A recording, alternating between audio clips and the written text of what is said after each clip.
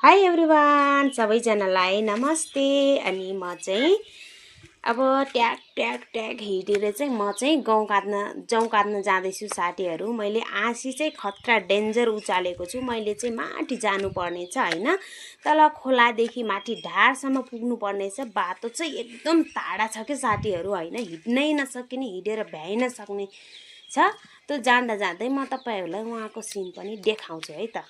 ल त्यो साथीहरू, म चाहिँ अब आधी रास्ता आधी बाटो चाहिँ पुगिसके हैन। यो तल माथि गाउँ दुवैतर्फ हाम्रो गाउँ हो, तर आज काट्दैनौं। मैले आँसी पनि देखाइदिए तपाईहरुलाई, यस्तो छ हाम्रो आँसी भनेर।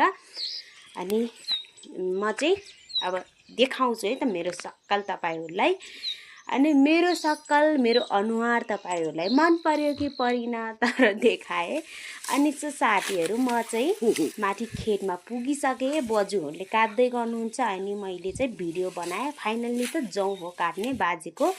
तो साथीहरू, भिडियो मन परेमा सब्स्क्राइब गरिदिनु, लाइक गरिदिनु। ल बाई बाई साथीहरू।